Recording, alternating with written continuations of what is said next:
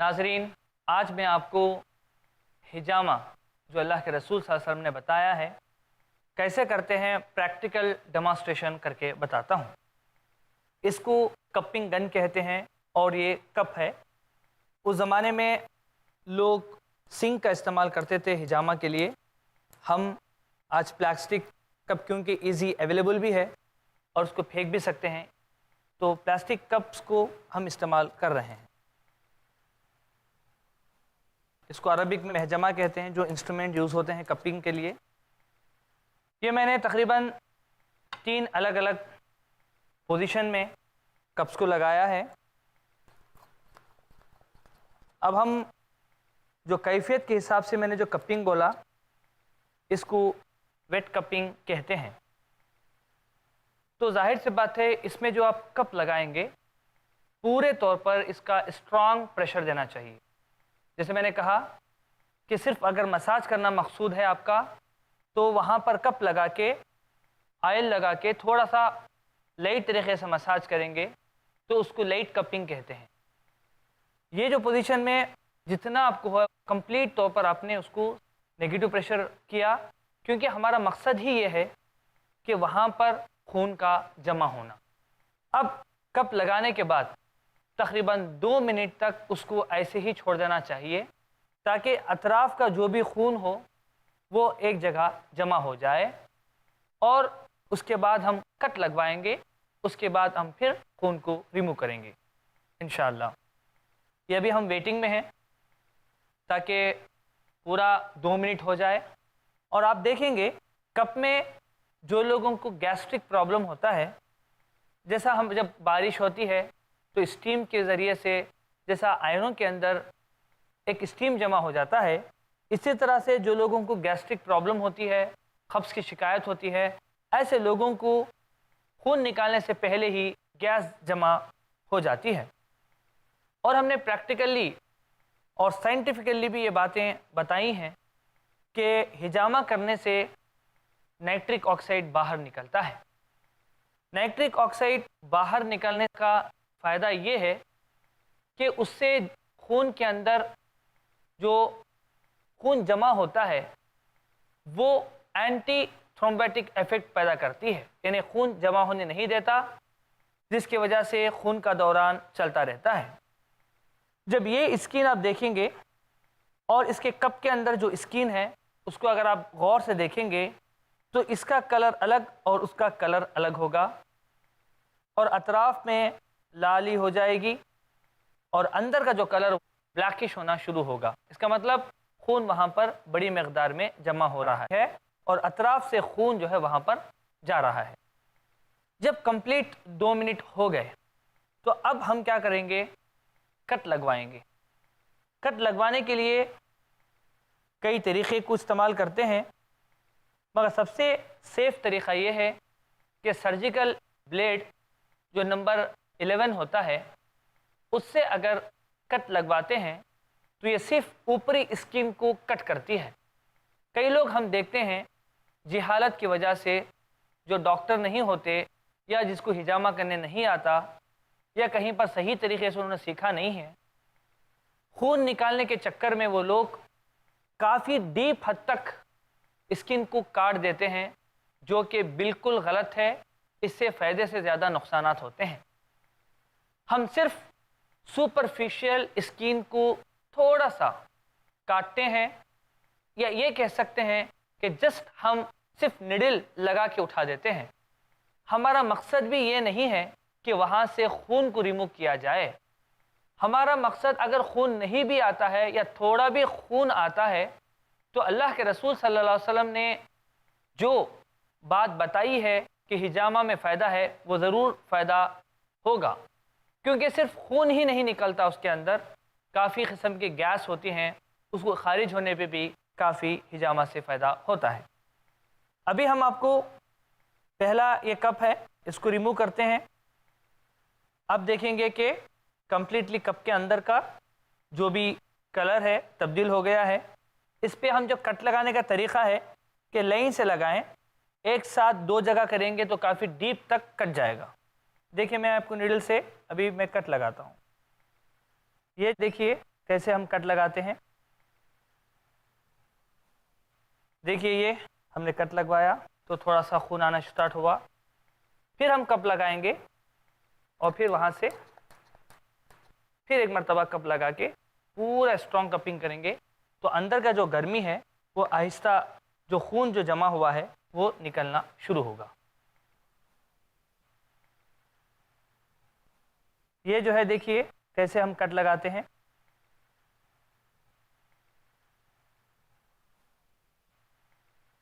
याद रखें कि जहां पर एक मरतबा कट लगा दिया उस जगह पे रिपीटेड ना हो, और ना ही बहुत डीप हमें जो है कट लगवाना है। सिर्फ स्किन की सरफेस है, उस सरफेस को हम थोड़ा सा काटते हैं। इसी तरह से अगर आप देखेंगे यहाँ पर फिर से एक मरतबा हम कट लगाते हैं। ये एक लाइन से आप करते रहिए ताकि रिपीटेड कपिंग, रिपीटेड हिजामा या रिपीटेड निडल एक जगह पे ना हो। तो ये तरीक़ा ही सेफ़ है जो हम कर रहे हैं। इससे हटके जो तरीक़े इख्तियार करते हैं और इससे हटके काटने के लिए जो नॉर्मल ब्लेड इस्तेमाल करते हैं वो बहुत ही नुकसान देती है। अब जब फिर कट लगवाने के बाद हमें 2 से 3 मिनट तक इसको छोड़ देते हैं, तो 2 से 3 मिनट के अंदर जो खून है वो कोगुलेट होना शुरू हो जाता है। उसके बाद फिर हम इसको रिमूव कर देते हैं। अब ये जो खून निकलना, कभी कुछ लोगों को बड़ी मकदार में खून निकलता है, 2-2 कप 3-3 कप आता है, मगर जो हिंदुस्तान के ज़्यादातर जो लोग, जो तमिलनाडु कर्नाटका के लोग हैं, इनको बड़ी मुश्किल से आधा कप खून निकलता है। और कई लोग ऐसे होते हैं जो बड़े मोटे मोटे होते हैं, वो लोगों को कभी खून ही नहीं निकलता, सिर्फ 1 या 2 ड्रॉप निकलते हैं, इसके बाद खून नहीं निकलता। कभी हमने देखा कि जो ईरान और इराक़ के लोगों को जब हम कपिंग करते हैं तो कम से कम 5-5 या 6-6 कप खून आना शुरू हो जाता है। तो अभी हम इंतज़ार कर रहे हैं 2 मिनट तक, और कुछ पोजीशंस हैं जो पर्टिकुलरली पोजीशन पे खून ज़्यादा आएगा, कुछ पोजीशन पे कम आएगा। इस पॉइंट को, जिसको हम सुन्ना पॉइंट के नाम से जानते हैं, जो पॉइंट नंबर 11 है as per the cupping number, इस पे देखेंगे तो इनका जो कप तकरीबन 100 से भी ज़्यादा भर चुका है खून से, और ये कप को अगर आप देखेंगे गौर से तो बहुत ही कम खून वहाँ से निकला है। चाहे यहाँ से हो चाहे यहाँ से हो, खून तो निकलेगा, मगर इस पोजीशन में अगर आप कपिंग करेंगे तो इसका फ़ायदा अलग होगा, इस पॉइंट पे करेंगे तो अलग फ़ायदा होगा, और इस पॉइंट पे करेंगे तो अलग फ़ायदा होगा। अल्लाह के रसूल सल्लल्लाहु अलैहि वसल्लम जो हिजामा करवाते थे वो 7 सर्विकल, यानी जो हड्डियां हैं सर्विकल 1 2 3 4 5 6 7 सर्विकल के नीचे कप लगाते थे। ये हदीस से हमें मिलता है। तो लोग ज़्यादातर हिजामा इसी जगह पे करते हैं, और तकरीबन 2 से 3 मिनट के बाद जो खून निकलता है, कई लोग हैं जो खून निकलता है उसके ऊपर रिसर्च किए हैं। जैसा जापानी से एक डॉक्टर है, तकरीबन 2000 पेशेंट्स पे उसने रिसर्च किया है और उससे साबित किया है कि इस पोजीशन से जो खून निकलता है वाकई वो गंदा खून है। और इसी तरह से कुछ लोग और हैं जो डॉक्टर्स हैं, वो लोग जो खून निकलता है हिजामा के बाद उस खून की कंप्लीट स्टडी कर रहे हैं लेबॉर्ट्री में। सबसे बड़ी बात यह है, इसके निकालने का तरीक़ा मालूम होना चाहिए। इसके लिए कॉटन या टिश्यू पेपर का इस्तेमाल कर सकते हैं, और कब जब निकालेंगे तो खून हो सकता है कि पूरा जिस्म तक नीचे तक आ जाए। कोशिश ये करें कि एक क़तरा खून भी मिसप्लेस ना हो और वो कप में आ जाए। अभी हम एक कप निकाल रहे हैं, अभी हमने कप निकाल दिया। अभी देखिए थोड़ा सा ही खून इसके अंदर है, इसमें बहुत कम खून निकला है।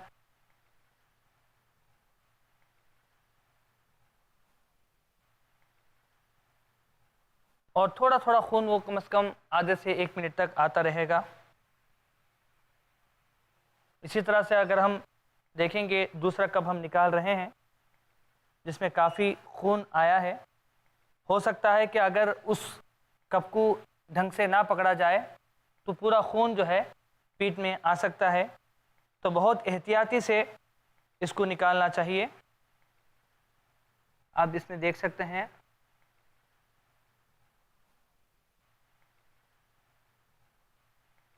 کہ خون کتنا گاڑھا نکلا ہے. الحمدللہ تھوڑا بھی خون ایک جگہ سے دوسری جگہ نہیں گیا. اسی طرح سے تیسرا کب ہم نکال رہے ہیں. اس کب سے کم خون نکلا ہے. ابھی دیکھیے تھوڑا تھوڑا خون وہ کم از کم آدھے سے 1 منٹ تک آتا رہے گا. یہ ہجامہ کرنے کے بعد تھوڑا تھوڑا خون جو نکلے گا، اس سے پریشان ہونے کی ضرورت نہیں ہے. خون کو منجمد ہونے کا ٹائم ہے، تو یہ تھوڑا تھوڑا خون آتا رہے گا. یا تو اس کو اس طرح سے رکھ کے اب چھوڑ دیں، یا وہ اپنے آپ ہی بند ہو جائے گا. انفیکشن نہ ہو اس کے لیے کئی اینٹی بائیوٹک پاؤڈر ملتے ہیں بازار میں، تو اس کا بھی استعمال کر سکتے ہیں. مگر کچھ لوگ زیتون کا اور کچھ لوگ کسی بھی قسم کے جیسا پھٹکڑی کا سفوف بھی استعمال کرتے ہیں، کیونکہ وہ خود بھی جو ہے ایک بہترین خون کو روکنے والی دوا ہے اور انفیکشن کو دور کرنے والی دوا ہے. تو ناظرین، آج ہم نے آپ کو ہجامہ کا پریکٹیکل ڈیمانسٹریشن کر کے بتایا ہے. تو الحمدللہ آپ کے محلے کے قریب کوئی بھی اگر ڈاکٹر ہوتا ہے جو ہجامہ کرتا ہے، جو صحیح علم اس کے پاس ہے، تو آپ چاند کے 17 تاریخ، 19 تاریخ اور 21 تاریخ کو اس کے پاس جا کے ہجامہ کروایا کریں. اگر کوئی بیماری ہے تو اس کا بھی علاج کریں. اگر بیماری نہیں ہے تو بیماری بچنے کے لیے بھی کئی پوائنٹس ہیں. ہجامہ کریں، انشاءاللہ تعالی اللہ سبحانہ و تعالی اس میں شفا رکھے گا. ناظرین، آج میں آپ کو ڈرائی کپنگ کس کو کہتے ہیں اور کیسا کرتے ہیں وہ میں آپ کو بتاتا ہوں. مثال کے طور پر آپ کو پرٹیکولرلی ایک جگہ پہ اگر کپ لگانا ہے تو جسٹ آپ تھوڑا سا اس کو نیگیٹو پریشر دیں گے. اگر سمجھو کہ مزل زیادہ ہے، زیادہ اگر آپ کو پین ہو رہا ہے، تو وہ جگہ پہ آپ اسٹرانگ کپنگ کے لیے زیادہ کھینچیں گے. یا وہاں سے خون نکالنا ہے تو بھی جو ہے اسٹرانگ کپنگ ہوگا.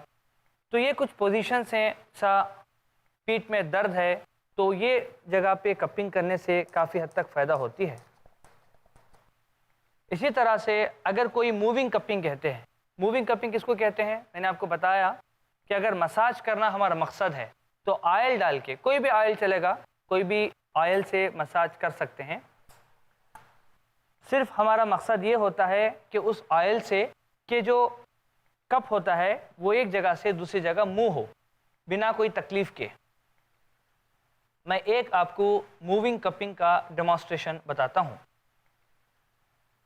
مثال کے طور پر یہ کپ ہم نے یہاں سے لگایا اور پھر مجھے اگر موو کرنا ہے تو سمجھو کہ تھوڑا سا میں نے موو کر دیا تو یہاں کا مواد یہاں آ گیا. اس کو کہتے ہیں امالہ.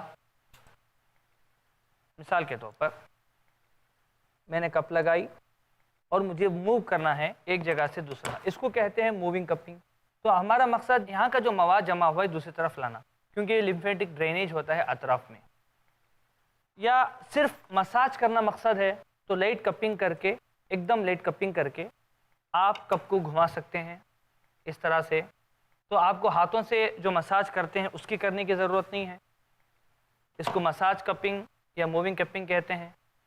زیادہ اسٹرانگ کریں گے تو پیشنٹ کو تکلیف ہوگا. یا آپ ایک پوزیشن پہ اس کو لگا کے چھوڑ بھی سکتے ہیں کمر کے درد کے لیے. ابھی شیاٹیکا اگر کسی کو ہے، عرق النساء ہے، تو بھی ہم کپنگ کی پوزیشن پہ لگا سکتے ہیں. یہ الگ الگ پوائنٹس ہیں جہاں پر کپنگ کر سکتے ہیں.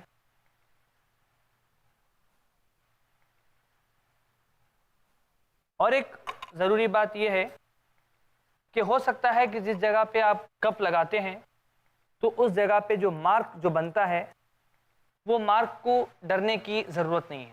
وہ 2 سے 3 دن میں اپنے آپ چلے جائے گی. جہاں پر زیادہ تکلیف ہے وہاں پر وہ مارک زیادہ ڈارک طریقے سے رہے گا، تو اس میں پریشان ہونے کی ضرورت نہیں ہے. ناظرین، آج ہم نے آپ کو ڈرائی کپنگ کا طریقہ بتایا ہے. یہ ڈرائی کپنگ کرنے کے لیے یا تو کپ کا استعمال کر سکتے ہیں، یا گلاس کا استعمال کر سکتے ہیں، سنک کا استعمال کر سکتے ہیں، اسی طرح سے بیمبو کا استعمال کر سکتے ہیں. بس مقصد یہ ہے کہ وہاں پر نیگیٹو پریشر فارم کیا جائے. ناظرین، آپ دیکھیے ہم اس پروگرام میں کئی تھراپیز کو بتانے کی کوشش کی ہے، جس کے اندر طب نبوی ہے۔ ہم نے طب نبوی کے اندر دیکھا کہ پریونشن کیسا کرنا ہے اور کیور کیسا ہوتا ہے، اور ہم نے طب نبوی کے اندر ایکسٹرنل ٹریٹمنٹس اور انٹرنل ٹریٹمنٹس بھی ہم نے دیکھا، اور اللہ کے رسول صلی اللہ علیہ وسلم نے جو دوائیں بتائی جو غذا کے طور پر استعمال ہوتی ہے، اور جو غذا بتائی جو دوا کے طور پر استعمال ہوتی ہے، اس کے بارے ہم نے کافی تفصیل سے آپ کے سامنے رکھا۔ اس کے بعد ہم نے اس پروگرام میں ایکوپنکچر کے بارے میں کافی تفصیلات آپ کے سامنے رکھی کہ ایکوپنکچر کا بیسک کانسیپٹ کیا ہے، ایکوپنکچر ہوتا کیسے ہے، نیڈل کیسا ہوتا ہے، اور پریکٹیکل ڈیمانسٹریشن کر کے ہم نے آپ کو ایکوپنکچر کے بارے میں بتایا۔ پھر ہم نے آپ کو کپنگ کے بارے میں، حجامہ کے بارے میں، حجامہ کی حدیثیں بیان کر کے اس کی پوری ہسٹری بتا کر کے کتنے اقسام حجامہ کے ہوتے ہیں وہ ہم نے بتایا۔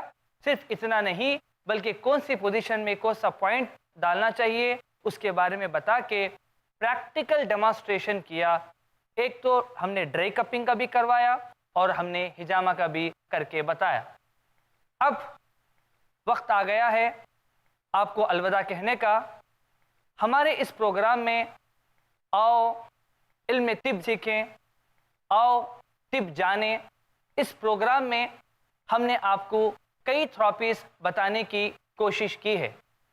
شاید اس پروگرام سے واقعی آپ نے کچھ علم سیکھا ہوگا، تو اللہ سے دعا ہے کہ اللہ سبحانہ و تعالی ہمیں علم طب عطا فرمائے اور ہمارے ذریعے سے کئی لوگوں کو علاج کر کے صحت مند ہونے کے لیے ایک موقع فراہم کریں۔ اگلے پروگرام تک کے لیے ہم آپ سے وداع چاہتے ہیں۔ السلام علیکم ورحمۃ اللہ وبرکاتہ۔